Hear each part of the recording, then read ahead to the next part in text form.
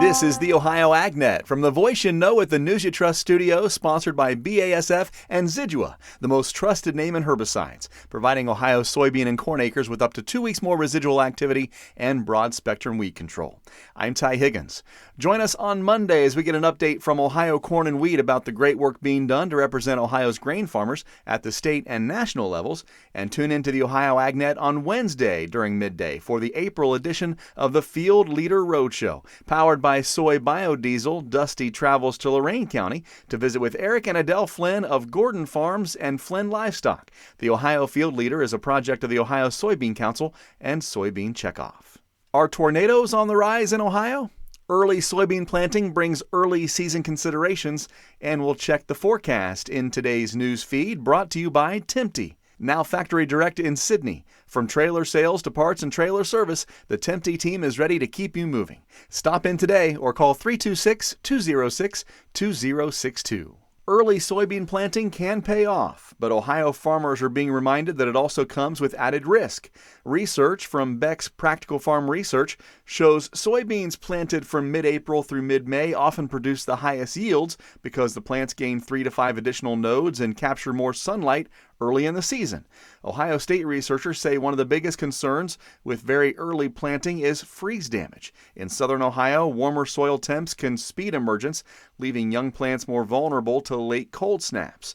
Northern Ohio fields often stay colder and wetter longer, slowing emergence but also protecting the seed while it remains below ground. Even when freeze damage does occur, experts say it does not always mean a total crop loss. A uniform stand is more important than a perfect stand, and soybeans can often recover from some stand loss. Growers are encouraged to watch crop insurance dates, which generally begin April 15th in northern Ohio, April 10th in central Ohio, and as early as April 5th in southern Ohio. You can read more about early planted soybeans and considerations for them online now at ohioagnet.com. Researchers say Ohio may be seeing slightly more tornado activity, but the bigger change is where tornadoes are occurring. Experts at The Ohio State University say tornado patterns appear to be shifting eastward, bringing more activity into states like Ohio.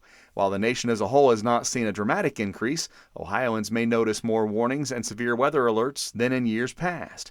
Meteorologists say spring and early summer remain the peak seasons for tornadoes in Ohio, and residents should pay close attention to watches and warnings as the severe weather season continues. You can read more now at ohioagnet.com. Nothing like that in the forecast from Ryan Martin, brought to you by Seed Consultants. Simply better performance. Online at seedconsultants.com. We have an old frontal boundary that's still stacking up in the northwestern part of the state. Secondary round of moisture coming up that old front, push rain into northwest Ohio probably late morning into midday. Then through the rest of the day, that front sags through the rest of the state. I think we're in line to pick up anywhere from 1/10 to 6/10 of an inch of moisture. Coverage around 80% of the Buckeye State. High pressure comes in behind for Saturday. That high means it's a little bit cooler for Saturday, but we should see good sunshine. And then on Sunday, we're seeing clouds increase as warm air comes back. But right now, I'm going to keep moisture out of most areas. Maybe close to the shore of Lake Erie, we pick up a few scattered showers Sunday afternoon, but nothing statewide. Then next week, Monday, Tuesday, Wednesday, we've got rain several days back to back. Good chances over the entire state. I'm Ryan Martin. Thank you, Ryan. Ohio farmers met face-to-face yesterday with federal lawmakers for an in-depth discussion on the rising costs and stalled policy priorities affecting the agriculture industry, including expanding access to E15 nationwide year-round, addressing rising input costs, including fertilizer, and passing a modern, effective 5-year farm bill. I was at the roundtable discussion yesterday, hosted by Ohio Corn and Wheat and by Beth Ellis of Clinton County. She told me why it was important for her farm to host U.S. Representative Greg Landsman and U.S. Senator Elisa Slotkin to her farm. This is not a partisan issue thing. This is, we've got to tell our story to everybody that's listening, that's making these decisions. So we were grateful for Ohio corn and wheat growers to invite them out and be able to have this conversation. You and your husband, Matt, have been doing this now for 32 years. Yeah. How would you describe this year compared to the last 3 decades? I don't know, a do-over, maybe.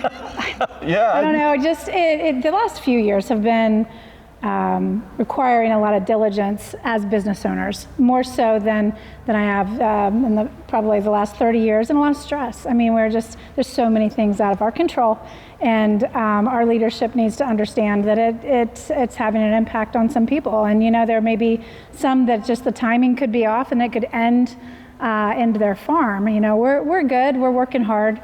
But I do worry about young farmers. I worry about farmers that have been at it a long time that maybe took a risk this year or the last few years that it isn't working out. And so, the conversation needs to be had about a lot of the issues in agriculture. There are a lot of things out of your control. I mean, the weather, Totally. the markets, but there are some things that can happen within Washington, D.C. that can help you right here in Wilmington, Ohio. What did you hear today from the senator and congressman that maybe gave you a little bit of hope?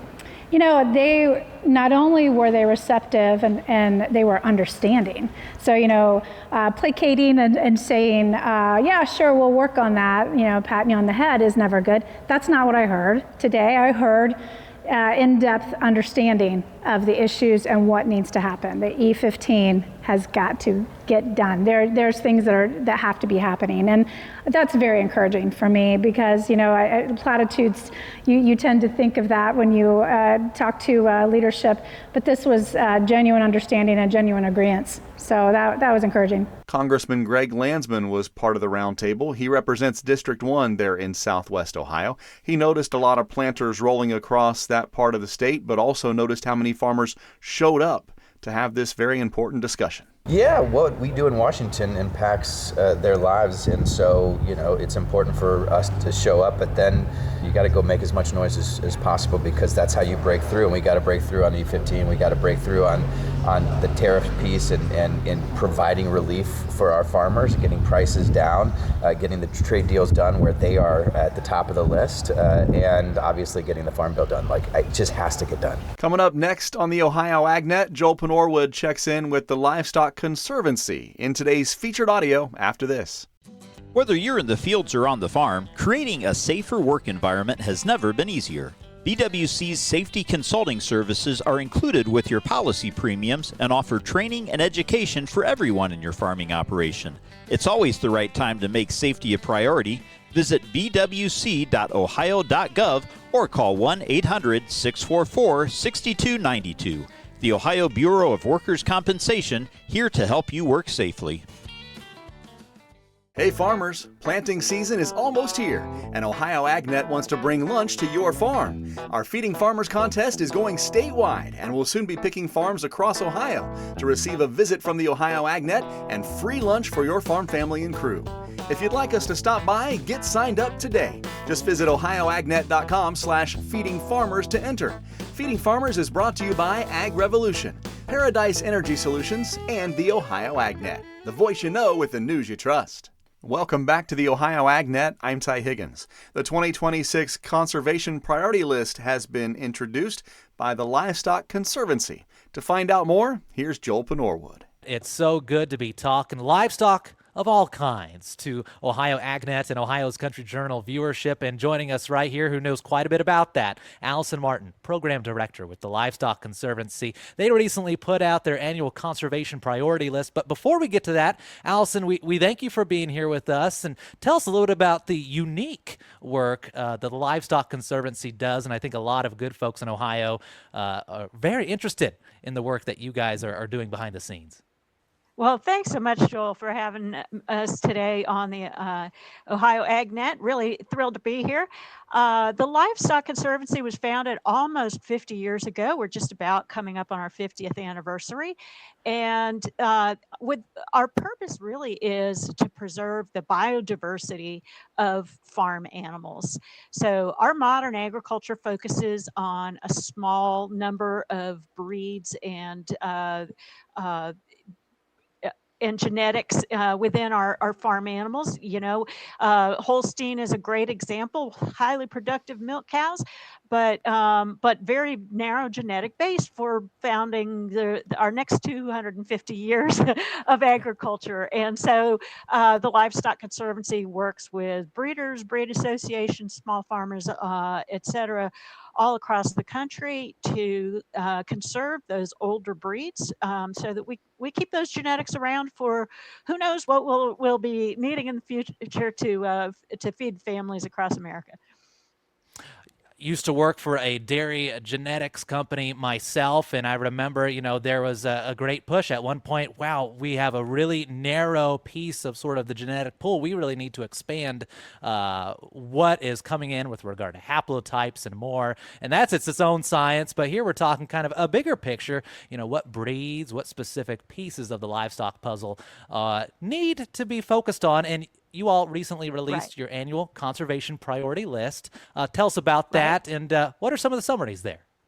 So the conservation priority list is, that's how we categorize how many of these animals do we have left. And it ranges from the most endangered category, which is critical, up to recovering, and then the next step after recovering is graduation from the conservation priority list. That means they no longer need to be monitored continuously. And we're really pleased to say that in 2026, we've got 2 breeds that are graduating from the conservation priority list. So those are going to be Belgian horses, and a lot of your viewers and listeners are going to be real familiar with Belgian horses. And, they've grown to a population of more than 25,000. And so they're no longer needing continuous monitoring. So that's one of our success stories in 2026. As we talk about Belgian horses, so interesting to find out as they're the most common draft horse breed now, I believe, in the United States, but not always the case. Right. Right. So they came in kind of more in the late 1900s to the United States. And then with there was still a lot of traffic of horses back and forth between the U.S. and Europe until the World Wars kind of put that to a halt. Things slowed down agriculturally in Europe during and after World War I and World War II. Allison Martin, she's program director for the Livestock Conservancy, joining us here today on the Ohio AgNet, talking about their annual conservation priority list, where 2 breeds have graduated this year. Congratulations to them, but more work ahead. And as you can, again, find out more online at their website. Allison, thank you so much for being here with us today. Thanks a lot, Joel. Yes, thank you, Joel. We'll get a check of the markets and some analysis after this on the Ohio AgNet. Life on the farm moves fast, and so does the news that matters to you. Stay ahead with the Digital Daily from Ohio AgNet and Ohio's Country Journal.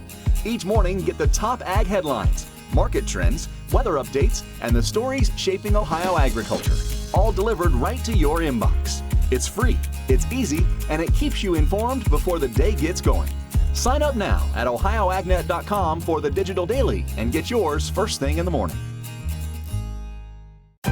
If agriculture is your way of life, you need news you can count on. That's why Ohio farmers turn to Ohio's Country Journal, your source for the latest in crop updates, livestock insights, market trends, and the stories that celebrate country life across our state. Every issue keeps you informed, connected, and ready for what's next in Ohio agriculture. So don't miss a beat. Renew your subscription or sign up today at ocj.com/renew and grow with the publication built for Ohio farm families. That's ocj.com/renew. Welcome back to the Ohio AgNet. I'm Ty Higgins, and today's market analysis is brought to you by Louis Dreyfus Company. Excited to bring a brand new soybean crush facility to Upper Sandusky.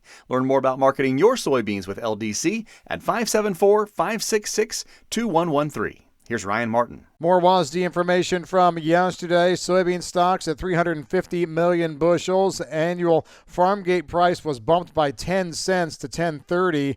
USDA did raise the soybean crush to 2.61 billion bushels. That was up 35 million, but they also cut the annual exports by a handy little margin. So net, we were seeing our carryout down ever so slightly. World soybean stocks were reduced just a bit. I'm Ryan Martin. Ryan, thank you. Markets brought to you on the Ohio AgNet by Seed Consultants. Simply better performance. Online at seedconsultants.com. Corn for May at $4.45 a bushel. That's a penny to the plus side overnight. July up 3/4 at $4.55 3/4. Soybeans for May, $11.68 1/4. That's 3 cents to the plus side. July beans also 3 cents higher at $11.84. And wheat for July up 3/4 at $5.85 3/4. On the livestock side, live cattle for April up 77 points after yesterday's close at 249.77. June 247.20 up $1.27. Feeder cattle for May 370.42 up 242, and lean hogs for May down 47 points at 95.90. For the Ohio AgNet, I'm Ty Higgins. We'll see you down the road.